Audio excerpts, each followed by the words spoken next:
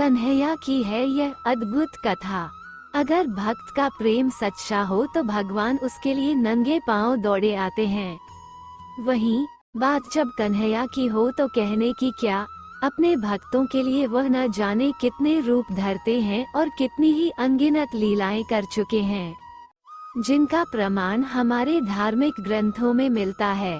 ऐसी ही एक रोचक कथा है जब कन्हैया ने अपने भक्त के लिए एक अनोखा काम किया।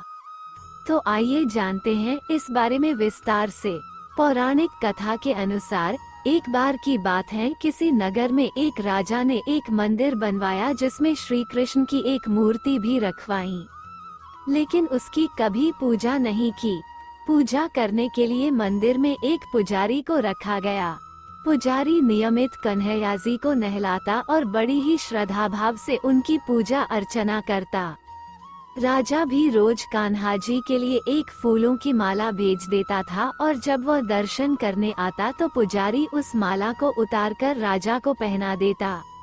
ऐसा करते करते पुजारी की भी उम्र बीत चुकी थी। एक दिन किसी वजह से राजा नहीं आ सका तो उसने एक सेवक के हाथ मंदिर में माला पहुंचा दी और कहलवाया दिया कि आज वह मंदिर नहीं आएगा, इसलिए पुजारी उसका इंतजार ना करें। इतना कहकर सेवक चला गया। पुजारी ने हमेशा की तरह कन्हैया जी को माला पहना दी, लेकिन जब शाम हुई तो पुजारी यह सोचने लगा, माला उतारकर किसे पहनाई जाए। उसने सोचा क्यों न ये माला आज मैं ही पहन लूं। वैसे भी मेरी उम्र हो चली है, जीवन का क्या पता कब खत्म हो जाए। इतना सोचकर पुजारी ने माला उतारकर अपने गले में डाल ली, लेकिन इतने में ही सेवक आ गया और उसने बताया कि राजा की सवारी मंदिर में पहुंचने वाली है। राजा की सवारी आने की बात जब पुजारी ने सुनी तो वह डर गया। उसने सोचा कि अगर राजा ने उसे देख तो वह तो मरवा ही डालेंगे। आनन फानन में पुजारी ने माला उतारकर वापस कन्हैया जी को पहना दी।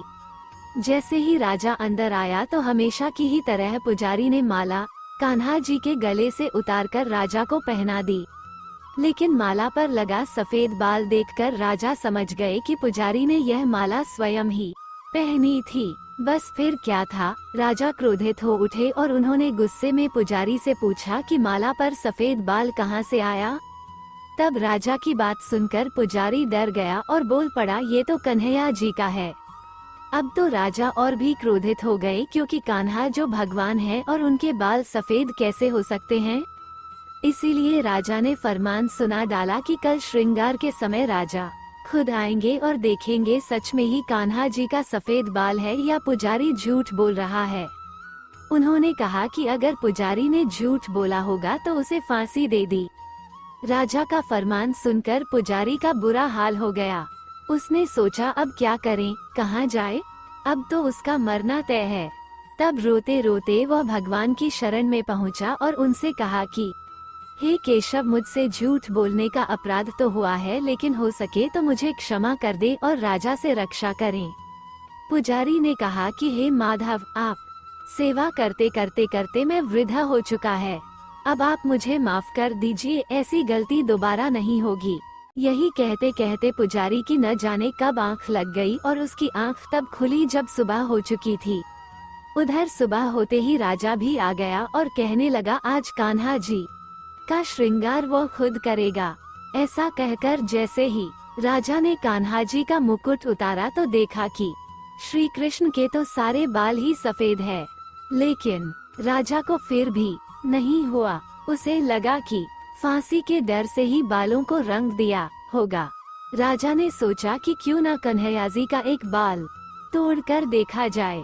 इसके बाद राजा ने कान्हा जी का एक बाल तोड़ लिया, लेकिन जैसे ही बाल टूटा कन्हैया के सिर से खून की धारा बहने लगी। ये देखकर राजा के चरणों में गिरकर माफी मांगने लगा। श्री कृष्ण की मूर्ति से आवाज आई, है तुमने मुझे केवल मूर्ति मात्र ही समझा, इसलिए आज से मैं तुम्हारे लिए केवल मूर्ति मात्र ही रहूंगा। लेकिन पुजारी ने सच्चे मन और पूरी श्रद्धा से मेरी भक्ति की है, इसलिए उसकी अनन्य भक्ति को देखकर मुझे अपने बाल सफेद करने पड़े। कन्हैया जी ने कहा कि भक्ति में कभी भी संशय नहीं होना चाहिए और सच्चे की लाज तो मैं कभी जाने ही नहीं देता। राधे राधे।